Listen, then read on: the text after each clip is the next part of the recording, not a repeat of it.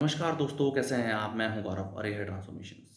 भारत का south west monsoon जो एक तरीके से इकोनॉमिकल लाइफलाइन भी है करोड़ों लोगों के लिए, उसके अंदर जो मानसून पैटर्न शिफ्ट देखने को मिल रहा है ड्यू टू ग्लोबल वार्मिंग, उसके एड्रेस इफेक्ट्स भारत को डायरेक्टली एंड डायरेक्टली अफेक्ट कर रहे हैं। फिलहाल हमें जिस तरीके की डिजास्टर देखने को मिले, भले वो हिमाचल प्रदेश हो, उत्तराखंड हो, जम्मू हो, भले वो लैंडस्लाइड की समस्या हो, भले वो क्लाउड बस्ट की समस्या हो, बादल फटने की समस्या हो, जिसकी वजह से काफ़ी ज़्यादा इंफ्रास्ट्रक्चर के रूप में या जान माल का नुकसान हुआ।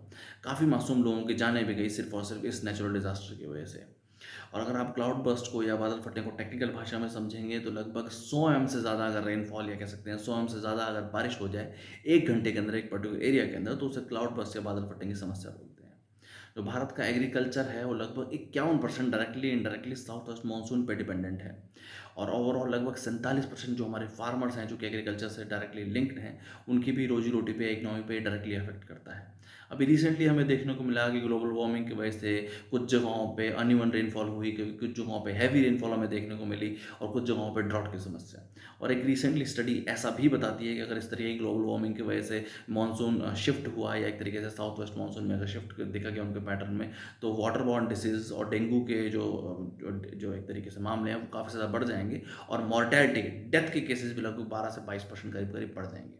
अब ये तो हैं सिर्फ और सिर्फ प्रॉब्लम्स।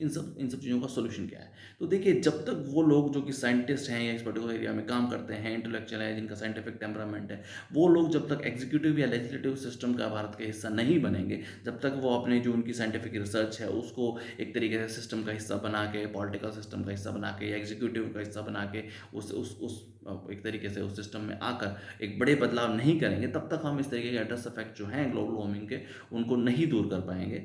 तो सिर्फ और सिर्फ वो लोग अपने अगर विचार न्यूज़पेपर के एडिटोरियल्स में देते रहेंगे कि अगर इस तरीके की चीज़ें हम इम्प्लीमेंट करें, इस तरीके की चीज़ें हम ग्राउंड पे करें तो एक बड़ा बदलाव आ पाएगा, उससे कुछ भी चेंज नहीं हो पा रहा है। इस तरीके के एक तरीके से विचार तो वो कई सालों से देते आ रहे हैं न्यूज़पेपर्स में, एडिटोरियल में, प्रिंट मीडिया में, सोशल मीडिया में। अब ये समय है कि उन्हें सिस्टम का हिस्सा बनना पड़ेगा, सिर्फ और सिर्फ अपनी बेहतरी या अपने विकास के लिए नहीं, ओवरऑल देश समाज के विकास के लिए। क्योंकि ये जो ग्लोबल वार्मिंग की समस्या है, ये किसी पर्सनल, किसी इंडिविजुअल की समस्या नहीं है, पूरे देश की समस्या है, पूरे विश्व की समस्या है। तो इससे हम एक तरीके से ब्रॉड लेवल पे ही सॉर्ट आउट करना पड़ेगा। और इस तरीके के पढ़े लिखे लोगों को, इस तरीके के इंटेलेक्चुअल लोगों को, साइंटिफिक टेम्परामेंट रखने वाले लोगों को, जो इस पर्टिकुलर एरिया में काम करते हैं, उन साइंटिस्ट को अब political as well as administration का हिस्सा बनना पड़ेगा। और जो बदलाव जो उन्होंने सीखे हैं, जो उन्होंने समझे हैं, उनको एक तरीके से सिस्टम में इम्प्लीमेंट करना पड़ेगा, तभी एक बड़े बदलाव की नींव रखी जा सकेगी।